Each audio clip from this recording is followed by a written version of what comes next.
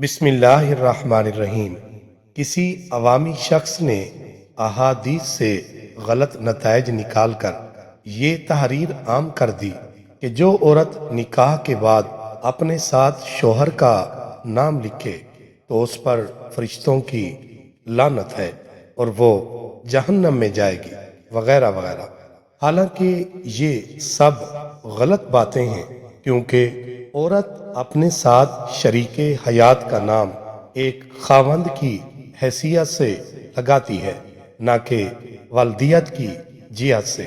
مثلا پہلے فاطمہ بنت اسلم تھی اور اب فاطمہ شاہد، تو شاہد کا نام بطور زوجیت ہے۔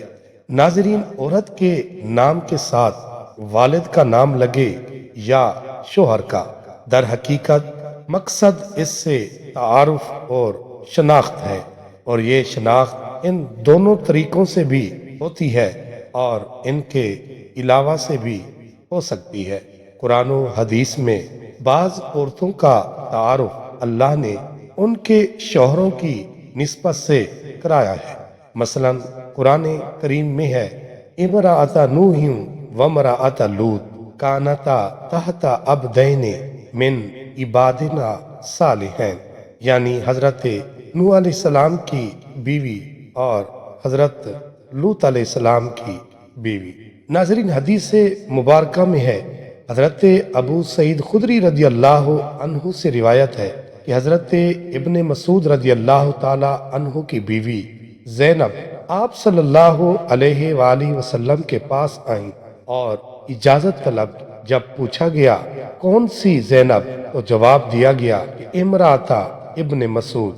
آپ صلی اللہ علیہ وآلہ وسلم نے فرمایا کہ ہاں، اسے آنے کی اجازت ہے، اس لیے یہ کوئی ایسا مسئلہ نہیں جس سے کوئی شرعی ضابطہ ٹوٹتا ہو، مقصد تعارف اور شناخت ہے۔ لہذا شادی کے بعد شناخت کے لیے عورت کے نام کے ساتھ والد کا نام رہے یا شوہر کا نام آ جائے، دونوں جائز ہیں۔ ہمارے برِ صغیر پاک و ہند میں شادی کے بعد عورت کے نام کے ساتھ تعارف کے لیے شوہر کا نام لگایا جاتا ہے، اس میں کوئی مضائقہ نہیں ہے۔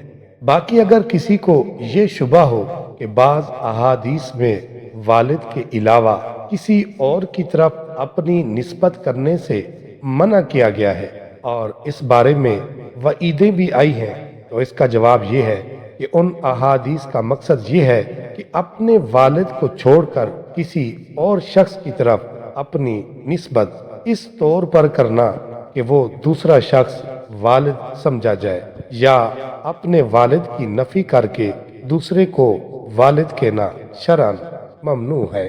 اللہ تعالی ہم سب کو دینی و شرعی مسائل میں سمجھ بوجھ عطا فرمائے، آمین یا رب العالمین۔